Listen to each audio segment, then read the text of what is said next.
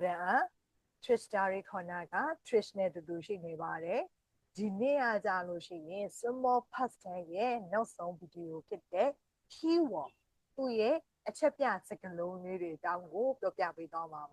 a second loan they dream so ye, Sumo Pastan family. That go to the to do the Dama Pare. Sumo Pastan Adua, subject that true Dodama. The time was. သူရဲ့အခြေကိုပြတယ်စကလုံးလေးတွေပေါ့ yesterday မနေ့ကပြီးတော့ last night လွန်ခဲ့တဲ့ညက last week လွန်ခဲ့တဲ့အပတ် last year လွန်ခဲ့တဲ့နှစ်အဲ့လိုမျိုး last တွေပါလာခဲ့မယ်ဆိုရင်ဒါက past tense ပြောပါ past tense ကိုပြတာပေါ့နော်ပြီးတော့ ago ကလည်းလွန်ခဲ့တော့ကိုပြောတာပါ3 years ago 4 years ago လွန်ခဲ့တာ4နှစ်လွန်ခဲ့တဲ့3နှစ်အဲ့လိုမျိုးပုံစံတွေပေါ့ပြီးတော့ this morning ဒီမနက် this morning ဒီမနက်ကိုကဒီမနက်အကြောင်းကိုပြောမယ်ဆိုရင်ဘယ်လိုလဲဖြစ်အဲ့ဒီမနက်ကိုကြော်ပြီးတော့မှပဲပြောတာဖြစ်တဲ့အတွက်ကြောင့်မလို့ this morning ကလည်းသူက simple past tense ရဲ့ keyword ထဲမှာပါပါတယ်သူရဲ့ example ကကြာလို့ရှိရင် he studied yesterday သူမနေ့တုန်းကစာလေ့လာခဲ့တယ်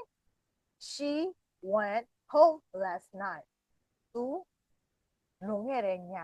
ကပေါ့လွန်ခဲ့တဲ့ညကအိမ်ပြန်လာခဲ့တယ်အိမ်ပြန်ခဲ့တယ်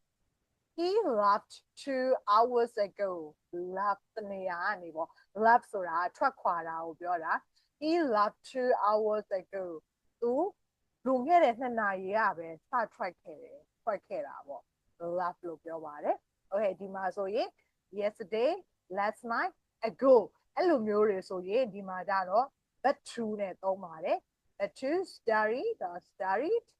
go ကနေပြီးတော့ when ဖြစ်သွားမယ် leave ကနေပြီးတော့ left အဲ့ဒါကြောင့်မလို့ပြောတာကိုတွေက verb 1ကိုသိထားပြီးတော့သူ့ရဲ့ verb 2ကိုလည်းသိထားရမယ်သူ့ရဲ့ verb 3ပြီးတော့သူ့ရဲ့ verb ing အဲ့ဒါတွေကိုတို့တွေကသိထားမှဒီ tense တွေကိုတို့တွေကသေချာလေးသုံးပြုလို့ရမယ်ပြီးတော့ဒီ tense တွေကဘယ် tense ဆိုရင်ဘယ်နေရာတွေမှာအသုံးပြုရတာလဲအဲ့ဒီသူ့ရဲ့ usage တွေကိုသေချာသိထားရမယ်ပြီးတော့သူ့ရဲ့ verb form တွေကိုသေချာသိထားမယ်ဆိုရင်